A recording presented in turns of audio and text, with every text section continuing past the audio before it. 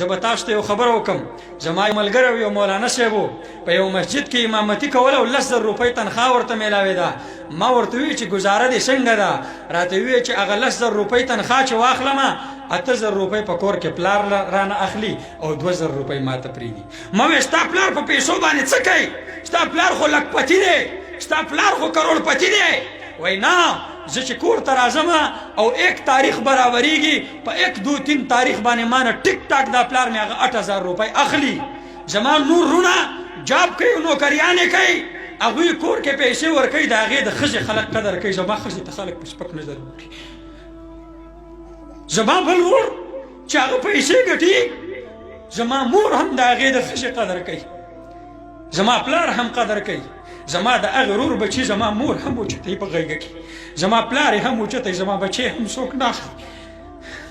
اولې خبره دا ده چې د بابا دومره لویه کوتاهي ده چې بچی ولا الله عالم ورکړه، د علم نه بعد د بابا د بچي سره دا رویه ده چې 8,000 روپۍ ورته په جیب کې نه پرېږدي.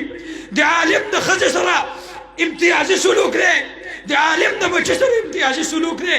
او دغه شانت رور هم غورځولی دی، عالم پلار هم غورځولی دی، مور هم غورځولی دی، او معاشرې هم غورځولی دی. دا د علماو څخه ډېره لویه بې وفایي ده. ما تېرو ورځو کې د یو عالم سره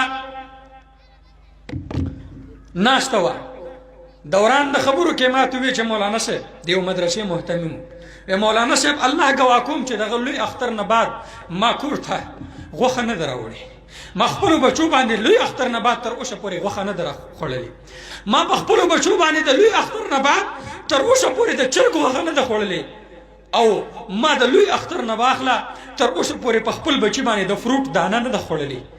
او ما د لوی اختر نه واخله تر اوسه پورې صرف خپل کور ته یوه دړۍ الوګان راوړي دي، ما سبزي هم نه ده راوړې.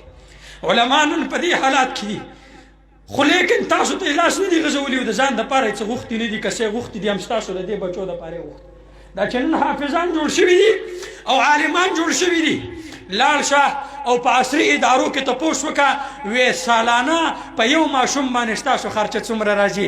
بیا راشه او په مدرسه کې هم تپوس وکړه، وې سالانه ستا په دې یو بچي باندې څومره خرچه راځي. پته به درته ولګي چې مونږ څومره د غربت او د قسم پرسي او د فقر په حالت کې. خو لیکن خبره د دین ده، خبره د اسلام ده، خبره د الله د رضا ده. مونږ نشو دا برداشت کولی چې زما بچی د بې دینه د دنیا نه ځي. زما نوی نسل دا د بابا په ګریوان کې لاس واچوي.